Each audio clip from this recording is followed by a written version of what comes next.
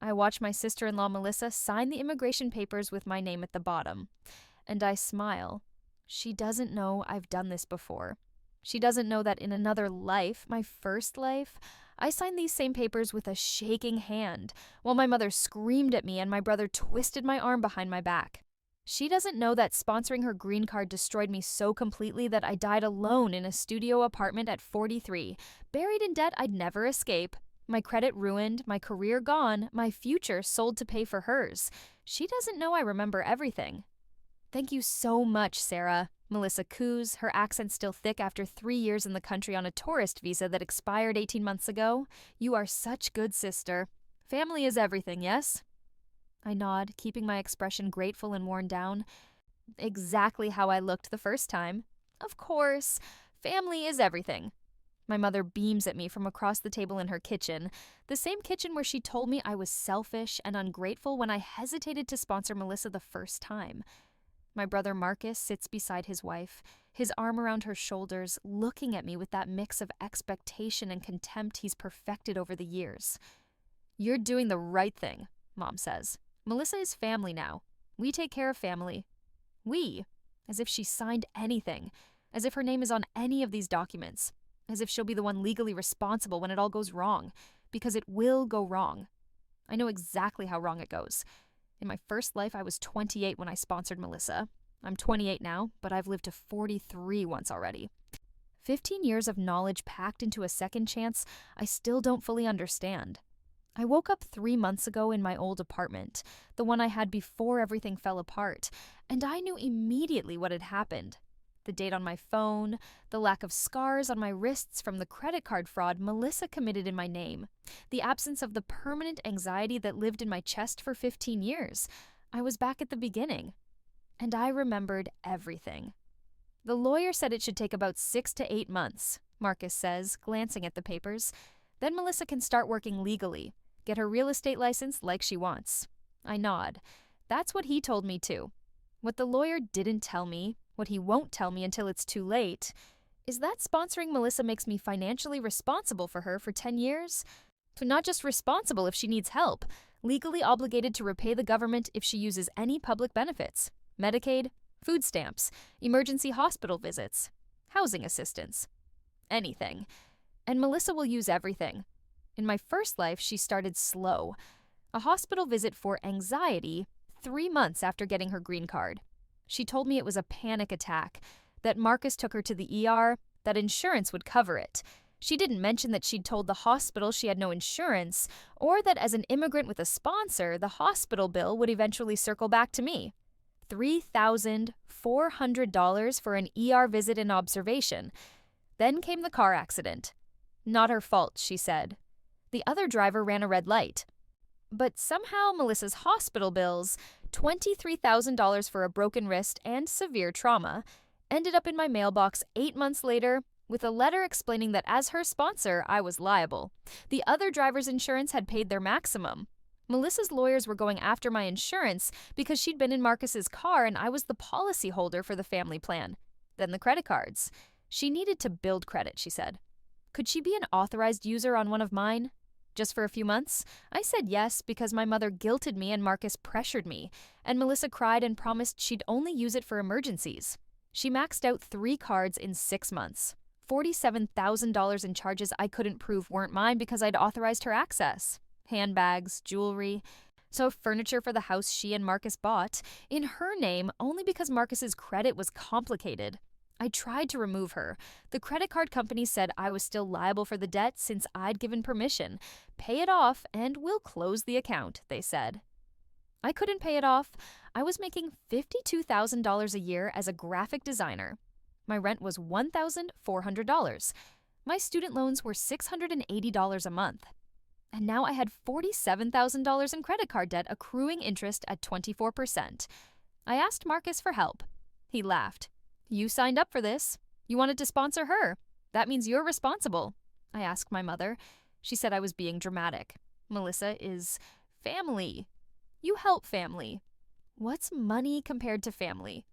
I asked Melissa directly. She cried and said she didn't understand American money, that she thought the credit cards were gifts. so that Marcus told her it was fine to use them. She promised to pay me back. She never did. The debt collectors started calling when I was 31. I tried to negotiate payment plans, but the interest kept piling up faster than I could pay it down. I got a second job, then a third. I stopped sleeping more than 4 hours a night. I developed an ulcer. My hair started falling out. When I was 34, the government sent me a bill for $89,000 in public benefits Melissa had used. Apparently, she'd been collecting food stamps and Medicaid for 2 years by claiming she had no income and no support. She had a job. She'd gotten her real estate license and was selling houses, but she was being paid under the table and reporting nothing to the IRS. As her sponsor, I was liable for repayment. The government wanted their money. No, they didn't care that I didn't know she was using benefits. They didn't care that she'd lied on her applications. They didn't care that I was barely surviving myself. They garnished my wages, took 25% of every paycheck before I ever saw it. I couldn't afford rent. I moved in with roommates, then cheaper roommates, then into a studio in a building with roaches and black mold. I lost my job at 37 when I had a breakdown at my desk. Just started crying and couldn't stop. They said I could take FMLA leave, but I couldn't afford to miss work without pay. I tried to come back too soon. My boss said I wasn't a good fit anymore. I couldn't find another job in my field. I was overqualified for entry-level positions and underqualified for senior roles because I'd been too busy working 3 jobs to advance my skills. I ended up at Target, then Starbucks, then doing gig work delivering food. Marcus and Melissa bought a second house when I was 39. An investment property, Marcus said when I saw the photos on Facebook. They were smiling, holding champagne, standing in front of a beach house. I was living in a car at the time.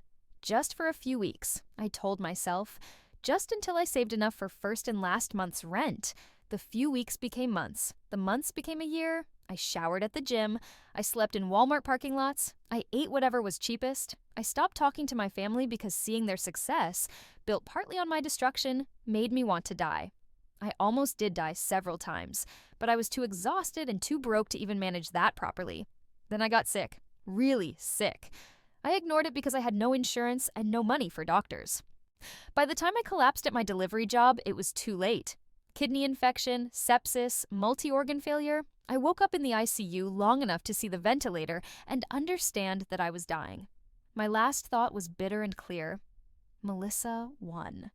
Then I woke up 3 months ago, 28 years old, in my old apartment, with a text from Marcus on my phone. Mom wants you to come to dinner Sunday. Melissa needs to talk to you about something important. I knew exactly what that something was, and this time, I was ready. So, what happens now? Melissa asks, bringing me back to the present. She's looking at me with those wide, innocent eyes that fooled me for years. The papers go to the government, yes? The lawyer handles it, I say. We just wait. And you'll help me study for the citizenship test? She squeezes my hand. You are so smart, Sarah. So good with words. I squeeze back. Of course. Anything you need. Marcus's phone rings, and he steps away to take the call. Mom starts making coffee. Melissa leans closer to me, her voice dropping to a conspiratorial whisper. I'm so grateful, she says. You know, in my country, we take care of family. Not like here, where everyone is so independent, so selfish. You are different. You have a good heart. I smile. I try. Marcus says you make good money at your job, that you have savings. There it is. The first probe, testing to see what resources I have, what she can eventually take. I do okay, I say vaguely. That's good because, sometimes immigrants need help, at first, until they find their feet. She's still smiling, still holding my hand. It's good to know family will be there. Always. I lie. What Melissa doesn't know, what none of them know, is that I've spent the last 3 months preparing. I've documented everything. Every conversation, every request, every promise they've made and broken in that other timeline. I've recorded phone calls legally. I made sure to check the recording consent laws this time. I've saved emails. I've built a paper trail of their expectations and my generous agreement to help. I've also hired a different lawyer. Not the family friend Marcus recommended, the one who failed to explain my true obligations the first time, but an immigration attorney who specializes in sponsor liability. She's young, sharp, and hungry for cases that expose exploitation in the immigration system. Her name is Jennifer Park. And when I told her my situation, that my family was pressuring me to sponsor my sister-in-law, and I was concerned about financial liability, she didn't sugarcoat anything. "You'll be responsible for 10 years, she said during our first consultation. If she uses any means-tested public benefits, the government can and will come after you for repayment. If she commits fraud, you're still liable unless you can prove you had no knowledge and took steps to prevent it. If she divorces your brother and stays in the country, you're still her sponsor. If she commits a crime and gets deported, you could still owe restitution for benefits used before deportation." "What if I don't sponsor her?" I asked. "Then she stays undocumented or leaves the country. Your family might be angry, but you're protected. And if I do sponsor her, what's the worst-case scenario?" Jennifer didn't hesitate. "Financial ruin. I've seen sponsors lose homes, retirement savings, their careers. The government doesn't care about your ability to pay. They want their money back." "Can I protect myself at all if I do choose to sponsor?" She tilted her head, studying me. "Why would you sponsor someone if you're this worried?" "Family pressure. That's not a legal obligation." "I know." She was quiet for a moment. Then, "If you're determined to do this, document everything. Every promise of repayment, every agreement, every expectation, record conversations if you're in a one-party consent state, create a contract between you and the sponsored immigrant outlining financial responsibilities. It might not hold up in court, but it shows intent and awareness. And watch for fraud. If they're using public benefits while claiming no income but actually working under the table, that's prosecutable. You can report it. Would reporting it protect me from liability? Not from past benefits already used, but it could prevent future liability and potentially result in deportation if the fraud is severe enough. I absorbed this. So the best protection is to not sponsor at all. Yes, but if you're going to do it anyway, go in with your eyes open and your documentation ready. I thanked her and paid for the consultation in cash. Then I went home and started planning. Because I'm not trying to protect myself this time. I'm going to sponsor Melissa exactly like I did before. But this time I know every pitfall, every trap, every mistake she'll make. And I'm going to document all of it. I build a case so comprehensive that when she eventually commits fraud, and she will, because that's who she is, I'll have everything I need to burn her entire life down. The deportation won't be an accident this time. It'll be calculated, deliberate, and absolutely devastating. And the restitution I'll owe, I've already planned for that. Because unlike last time, I know exactly how much it will be and when it will hit. I'm ready. The immigration paperwork process is faster than expected. 5 months instead of 8. Melissa gets her green card in early September, just as the leaves start turning. She cries when it arrives in the mail. Real tears, or at least convincing ones. She hugs me and tells me I'm the best sister she could ask for. My mother cries too. Marcus looks proud, like he accomplished something. I smile and take pictures and post them on Facebook with a caption about family and love and being grateful. Then I wait. The hospital visit happens right on schedule. Late October, a panic attack that sends her to the ER. Marcus calls me at 2 a.m., frantic. "Melissa can't breathe," he says. "I'm taking her to the hospital." "Is she okay?" I ask, making my voice worried. "I don't know. She's hyperventilating. She keeps saying her chest hurts." "Let me know what happens." He calls me 4 hours later. "False alarm? Just anxiety?" They gave her some medicine and sent her home. "That's good. I'm glad she's okay." "Yeah, hey, she doesn't have insurance yet, so the bill might be kind of high. She put your name down as her sponsor contact. That's okay, right?" My stomach would be dropping if I didn't already know this was coming. "What do you mean, my name?" "For billing purposes. Since you're her sponsor, the hospital said they needed a responsible party." "Marcus, that's not how it works. I'm her immigration sponsor, not her financial guarantor for medical bills." "Isn't it the same thing?"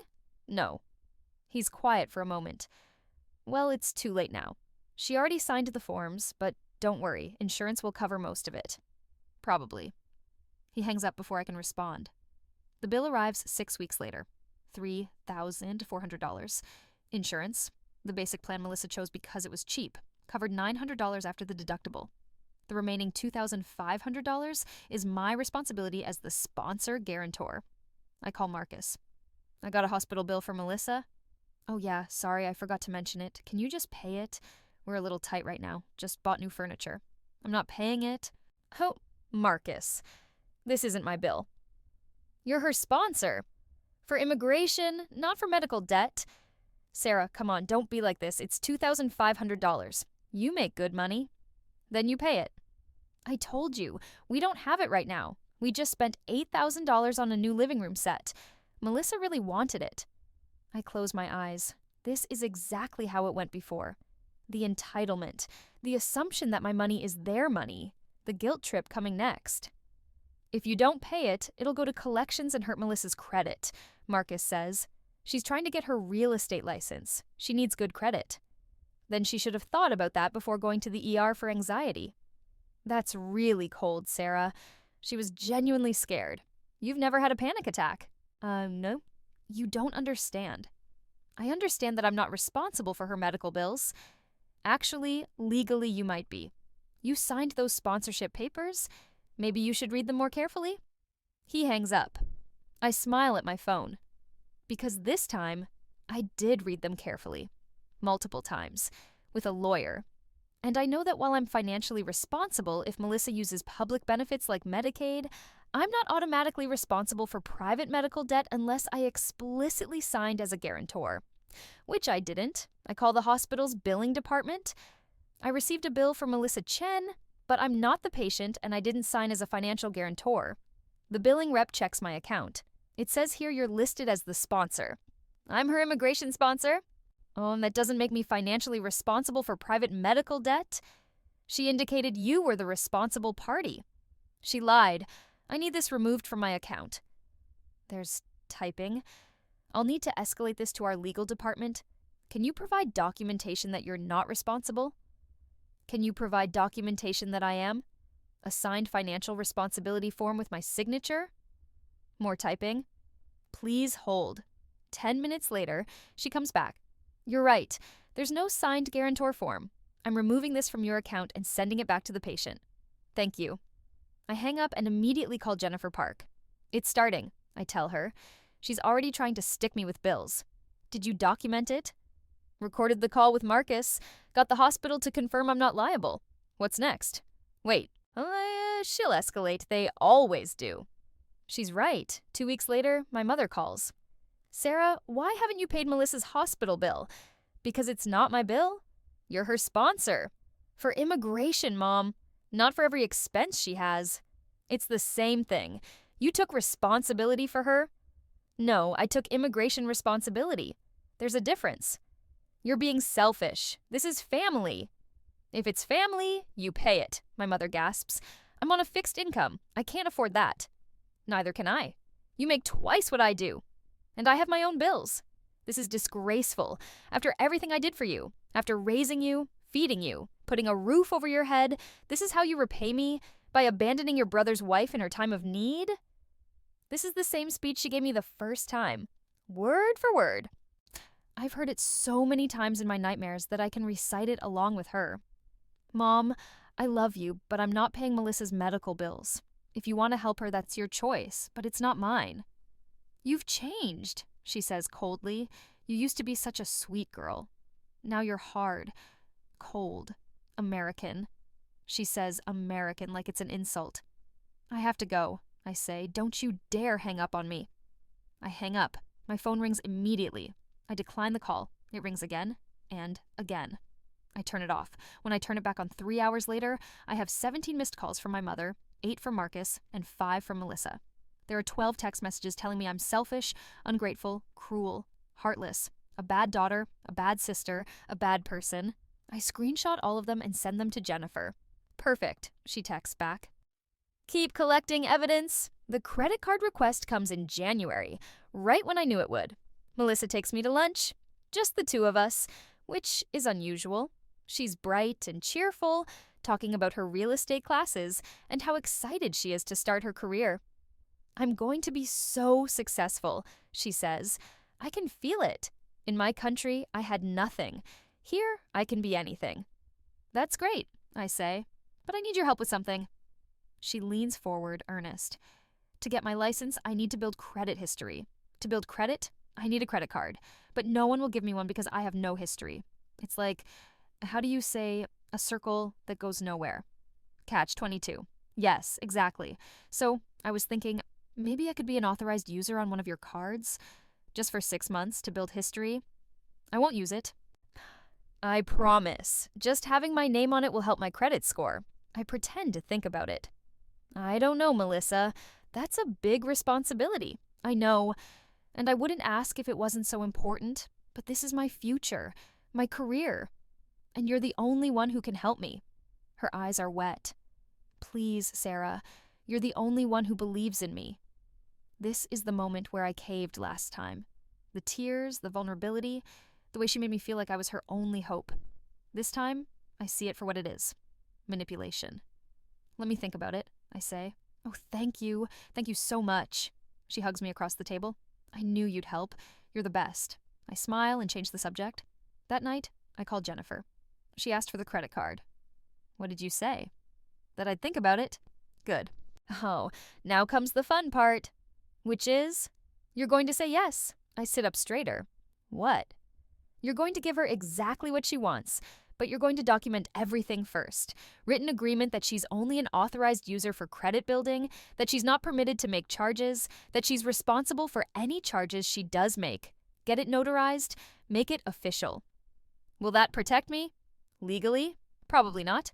You're still the primary account holder, but it establishes clear intent and boundaries, and when she violates them, and she will, you have proof of deliberate fraud. And then you report her to the credit card company, to the credit bureaus, and to USCIS. USCIS? The immigration agency. Credit card fraud committed by an immigrant can be grounds for deportation, especially if it shows moral turpitude or a pattern of deception. Combined with other violations, like public benefits fraud, which I'm guessing is also coming, it builds a case. My heart beats faster. How do you know about benefits fraud? Because you're smart and you're planning something, and because you asked specific questions about it in our first meeting. You're not just protecting yourself, you're building a case for removal. I don't confirm or deny. If I did want to build such a case, hypothetically, what would I need? Evidence of fraud, systematic, documented, impossible to deny. And you'd need to be clean yourself. No implications of conspiracy. Everything has to show you as a victim of her deception, not a partner in it. I understand. Good. So, give her the credit card. Or let her hang herself. I draft the agreement myself, using templates I find online and modifying them for my situation. It's 2 pages long and very clear.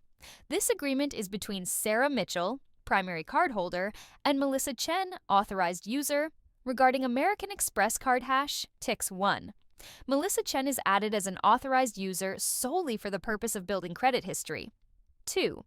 Melissa Chen is not authorized to make charges on this account. 3. Any charges made by Melissa Chen are her sole financial responsibility. 4. This arrangement will last for 6 months, after which Melissa Chen will be removed as an authorized user. 5. Violation of these terms will result in immediate removal and potential legal action. I have it notarized at a UPS store and present it to Melissa at our next lunch. What's this? She asks, frowning at the document. Just a formality. Since you'll be on my account, I need something in writing protecting both of us. You sign saying you won't make charges, and I sign saying I'll keep you on for 6 months. It's standard. Do we really need this? We're family.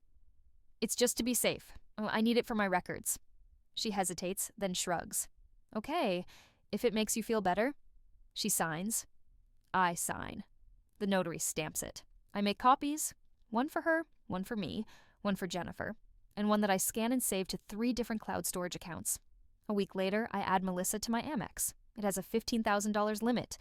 I immediately set up alerts for every transaction over $1. The first charge comes 3 days later. $47 at Nordstrom. I screenshot the alert and save it. I don't say anything to Melissa. The second charge is $89 at Sephora. Oh, then $156 at Target. Then $234 at HomeGoods. I watch the charges pile up, each one a violation of our written agreement, each one documented and saved. After 2 weeks, she spent $1,200. I call her. Hey, Melissa, I noticed some charges on the Amex. Oh, she sounds flustered. Yes, I'm sorry. I had some emergencies. I'll pay you back. We had an agreement that you wouldn't use the card. I know. But these were real emergencies. I needed makeup for job interviews and clothes. I can't show houses looking unprofessional. That's not an emergency. That's shopping. It's for my career. Her voice rises, defensive. You want me to fail? You want me to look bad and lose clients?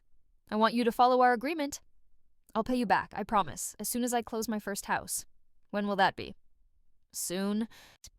Maybe a few months. Melissa, you're not even licensed yet. I will be. Next month, I take the test. Then I'll start selling immediately. I'll make so much money, and I'll pay you back triple. I promise. I sigh, making it sound defeated. Okay, but no more charges. Of course, no more, I promise. Thank you, Sarah. You're the best. The charges don't stop, they accelerate. By March, she spent $8,000. Furniture, electronics, jewelry, handbags, restaurant meals, hair appointments, nail appointments, spa days. Every charge, I document. Every time I ask her about it, she promises to pay me back soon. Every promise, I record. I'm waiting for my first commission. The market is slow right now. I have a big client, almost ready to close. Next month for sure. You're going to get everything back plus interest. Lies, all lies. Und I know because I've heard them all before. By May, she's maxed out the card, $15,000 in charges she never intended to pay back. I call Amex and report the fraud. I added someone as an authorized user for credit building purposes only. We had a written agreement that she wouldn't make charges. She violated that agreement and maxed out the card. Do you want to remove her from the account? Yes, and I want to dispute the charges as fraud. We'll need documentation. I send them everything. The notarized agreement, screenshots of my conversations with Melissa, her text messages promising repayment, bank statements showing she's made 0 payments toward the balance. Amex investigates. They remove Melissa as an authorized user. They don't remove the charges. I'm still the primary cardholder, still ultimately responsible. But they flag her in their system. She'll never get a credit card from them now. I call Melissa. Amex closed the account. What? Why? Because you maxed it out and haven't paid anything back. I told you. I'm waiting for my commission. You've been saying that for 4 months. I can't afford this, Melissa. You owe me $15,000. And I'll pay you back. When? Soon. I need a date. I don't know. Stop pressuring me. You're stressing me out. So you committed fraud. The line goes quiet. Then, what did you say? We had a written, notarized agreement. You violated it. That's fraud. You reported me? To the credit card company, yes. How could you do that? I'm family. Family doesn't steal $15,000? I didn't steal. I borrowed. There's a difference. Not when you never pay it back. She starts crying. You're so cruel. I can't believe how you've changed. You used to be so nice. Now you're like a different person. Pay me back, Melissa. That's all you have to do. I can't. I don't have the money. Then we have a problem. She hangs up. 10 minutes later, Marcus calls. What the fuck, Sarah? Hello to you too. You reported Melissa for fraud? Are you insane? She stole $15,000 from me. She borrowed it. Without permission. That's theft. You gave her the credit card. For credit building. We had an agreement that she wouldn't use it. She violated that agreement. I have it in writing. Notarized. He's quiet for a moment. You set her up. I protected myself. Bullshit. You planned this. You wanted her to fail. I wanted her to keep her promise. Well, she didn't.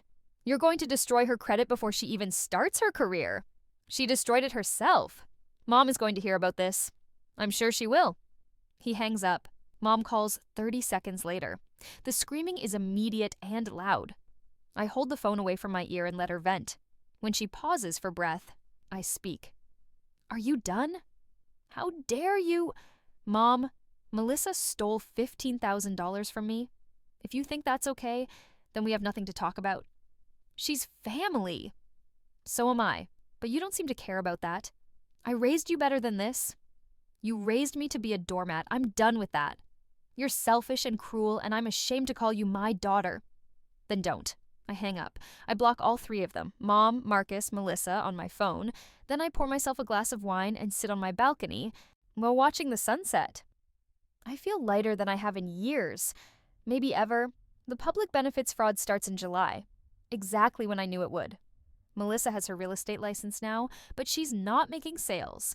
The market is competitive, and she's new and inexperienced and not particularly good at her job. She's working with a brokerage that pays commission only, which means she's making nothing unless she closes deals. She's not closing deals. I know this because I've been monitoring her. Not stalking, just checking her public real estate profile and her social media. She posts constantly about new listings and showings. But if you look closely, they're all the same properties. She's not actually selling anything, which means she has no legitimate income, but she's living well, posting pictures of new clothes, fancy meals, to weekend trips with Marcus. Her Instagram is a highlight reel of prosperity. Someone's paying for it, and I don't think it's Marcus, whose own social media shows him complaining about gas prices and looking for side hustles. I called Jennifer. I think she's using public benefits. How do you know? She has no income, but she's spending money. And last time, I stop. Last time, I haven't told Jennifer about the Rebirth. I've framed everything as research and concerns based on similar cases. She thinks I'm just extremely thorough and paranoid. I've researched similar cases. I lie. This is a common pattern. No income, claim benefits while working under the table. How would you prove it? I can't access her benefit records, but I can document that she's claiming no income while clearly spending money. That's not enough for USCIS. You need proof of the actual fraud. What if I report it to the state? Request an investigation? You could, but as her sponsor, they might come after you for repayment anyway. I know, I'm prepared for that. Jennifer is quiet for a moment. You're really committed to this. She destroyed my life. The words slip out before I can stop them. I thought this just started. It did, but I know people this has happened to. I've seen how it ends. I'm not going to be another victim. Okay, she doesn't push. If you want to report benefits fraud, contact the state fraud hotline. Make it anonymous if you want. But be prepared. If they investigate and find she's used benefits, they will come after you for repayment since you're the sponsor. How much are we talking? Depends on what she's used and for how long. Could be anywhere from a few thousand to six figures. I think about the $89,000 bill I received in my first life. I understand. Sarah, are you sure about this? Because once you start this process, there's no taking it back. If she gets investigated and deported, your family will never forgive you. They already won't forgive me. I blocked them months ago. Still, this is serious. This could ruin her life. She ruined mine, Jennifer sighs. Okay, but I want you to really think about whether this is worth it. Revenge is expensive, emotionally, financially, sometimes legally. Is it worth the cost? I think about dying alone in my car at 43. I think about 15 years of debt and shame and poverty. I think about Marcus and Melissa's beach house while I showered at a gym. Yes, I say. It's worth it? I call the benefits fraud hotline from a burner phone I bought at Walmart. I don't give my name. I'd like to report someone who I believe is committing benefits fraud. The operator sounds bored. Name and social security number of the individual? I provide Melissa's information. She's claiming no income and receiving food stamps and Medicaid, but she's working as a real estate agent and being paid under the table. How do you know this? I've seen her social media. She's posting about showings and clients, but her public profile shows no closed sales. I think she's getting paid in cash and not reporting it. Do you have proof? I have screenshots of her social media and her real estate profile. I can send them. That's not proof of fraud. That's speculation. Can you investigate? We can open a case. But without concrete evidence, it'll be low priority. She's an immigrant, a green card holder. She has a sponsor who's legally liable for any benefits she uses. The operator's tone sharpens. You're the sponsor? No, I'm a concerned citizen. If you're the sponsor, you should report this directly. I'm not the sponsor. I just know the situation.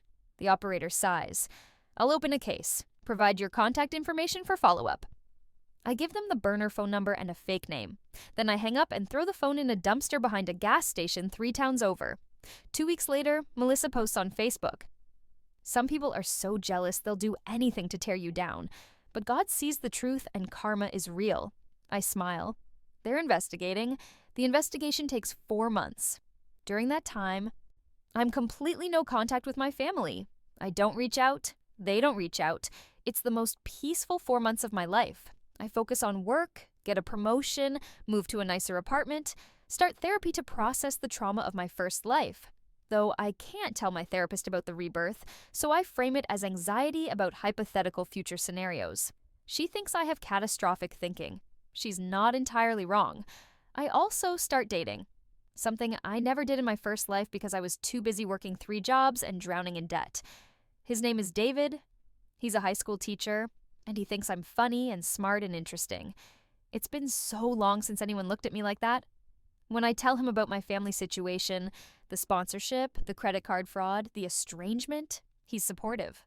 Though, that sounds incredibly hard, he says. You made the right choice protecting yourself. My family doesn't think so. Your family sounds toxic. It's such a simple statement, but it hits me hard. In my first life, I never let myself think that. They were family. Family was everything. You don't call family toxic, but they are. They used me and blamed me and destroyed me, all while claiming it was love. Yeah, I say. They are. David kisses me. You deserve better. I kiss him back and think, I'm getting it. The bill arrives in November, 1 year after I sponsored Melissa. It's from the State Department of Health and Human Services. The letter is formal and cold. Dear Miss Mitchell, you are the sponsor of record for Melissa Chen. A hash kicks X. Our investigation has determined that the Chen received public benefits totaling $28,847.64 while failing to report income from employment. As her sponsor, you are legally liable for repayment of these benefits under 8 U.S.C. 1183A. Please remit payment within 30 days or contact our office to arrange a payment plan. $28,000? Less than the $89,000 from my first life, but still substantial. I called Jennifer immediately. It came. The bill. Yes, $28,847. Fuck. Can I fight it? You can try, but the law is pretty clear. You signed the sponsorship agreement, she used benefits, you're liable. Even though she committed fraud? Yes, the government doesn't care that she lied. They want their money back and you're the guaranteed payer. What if I can't pay?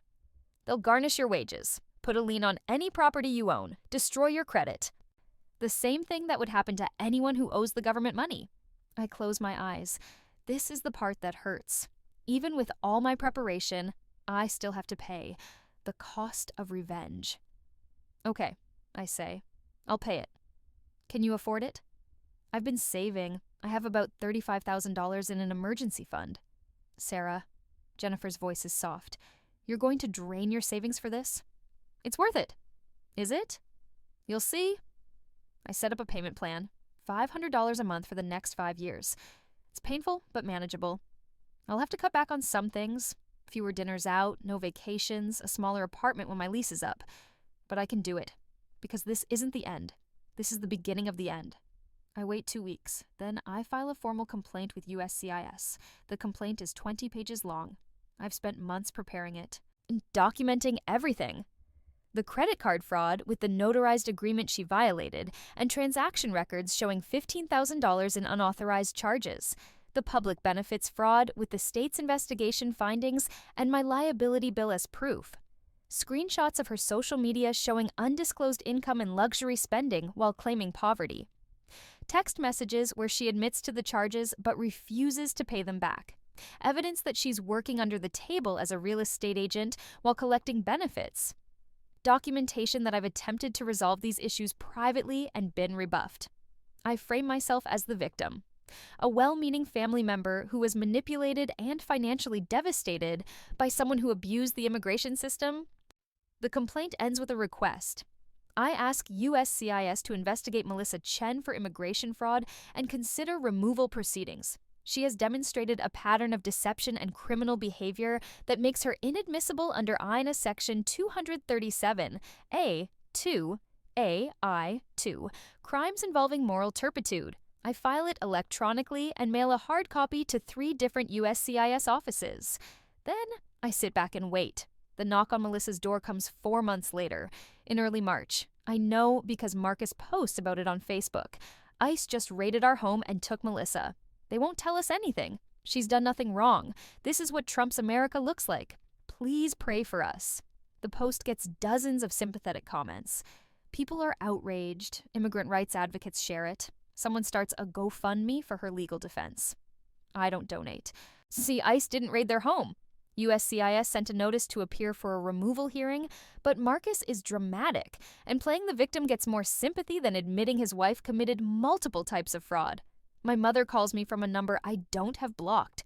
I answer without thinking. "Are you happy now?" she screams.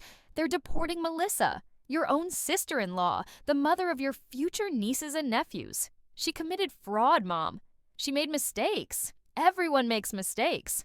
$28,000 in benefits fraud and $15,000 in credit card fraud aren't mistakes. They're crimes.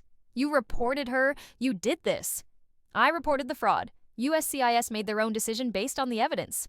You ruined her life. She ruined mine. What are you talking about? She never did anything to you." I laugh. It sounds bitter even to my own ears. She stole from me. She lied to me. She used me and then blamed me when I asked her to take responsibility. That's what she did to me. "You're insane. You're making things up. I have everything documented, Mom. Every text, every call, every promise she made and broke. If you want to see it, I'll send it to you." "I don't want to see your lies. Then don't call me again." I hang up and block the number. Melissa's removal hearing is scheduled for May. She hires a lawyer, an immigration attorney who specializes in deportation defense. The GoFundMe raises $15,000. I know all this because I'm monitoring the case through PACER, the public access system for court records. Well, Melissa's lawyer files multiple motions. Motion to dismiss for lack of evidence. Motion to suppress the complaint as biased and retaliatory. Motion for cancellation of removal based on hardship to her U.S. citizen spouse.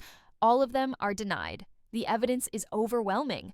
The state fraud investigation, the credit card records, her own social media posts. She can't deny any of it. Her lawyer switches tactics. At the hearing, he argues that Melissa is the victim. She was manipulated by her sponsor, who encouraged her to use the credit card and then reported her out of spite. She didn't understand the American benefit system. She made innocent mistakes. She's learned her lesson. She deserves a second chance. I'm not at the hearing. Sponsors aren't usually present unless called as witnesses, but I get a transcript afterward through Jennifer, who has connections in immigration law circles. The judge isn't swayed. Ms. Chen engaged in a pattern of fraud, the judge states in her decision. She knowingly made false statements on benefits applications. She knowingly violated a written agreement regarding credit card usage. She knowingly worked under the table to avoid reporting income. These are not innocent mistakes. These are deliberate acts of deception that go to the heart of her moral character. Furthermore, Ms. Chen has shown no genuine remorse.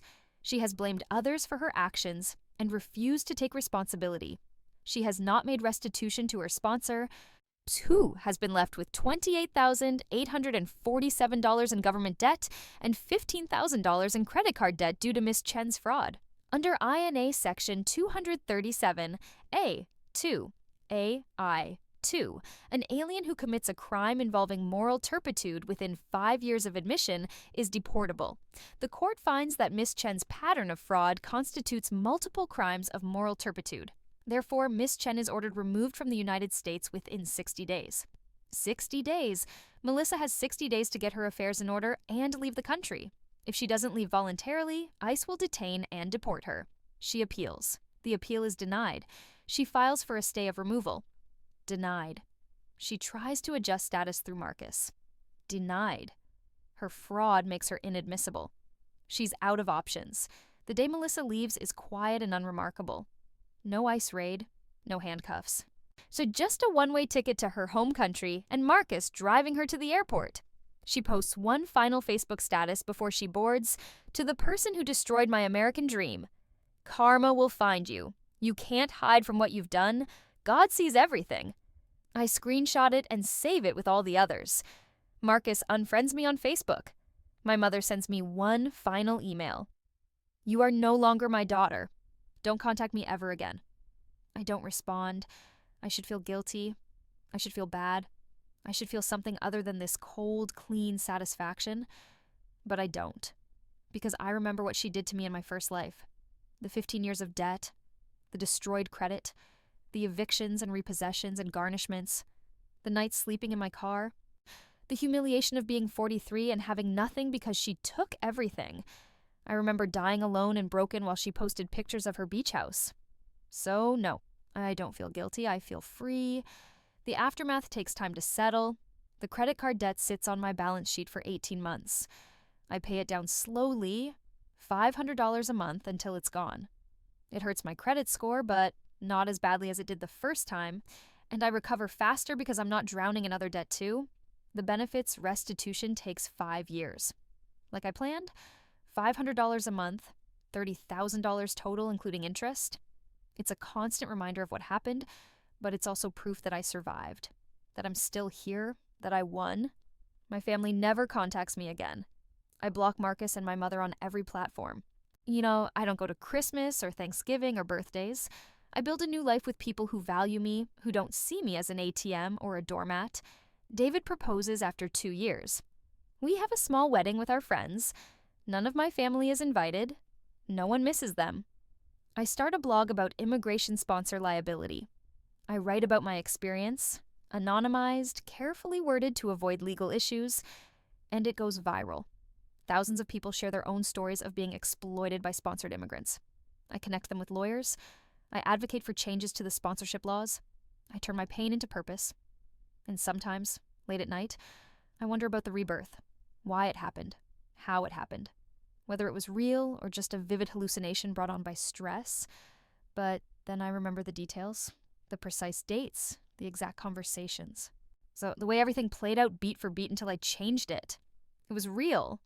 I died in one timeline and woke up in another with a second chance, and I used it. Not to be a better person, not to forgive, not to turn the other cheek. I used it for revenge. Cold, calculated, devastating. I destroyed Melissa the same way she destroyed me. Except this time, I controlled the narrative. This time, I had the evidence. This time, I won. She's gone, deported back to a country she spent years trying to escape. Banned from re-entering the US for 10 years minimum, possibly forever. Her American dream is dead. And I'm free. I owed restitution. $30,000 spread over 5 years. A price I paid gladly because the alternative, 15 years of poverty and despair, was so much worse. So when people ask me if it was worth it, if revenge was worth the cost, I smile and think about that other timeline, the one where I died alone and broken while Melissa lived in luxury. Then I think about this timeline, where I'm married and happy and free while Melissa is gone. Yeah, I say, it was worth it. Every fucking penny.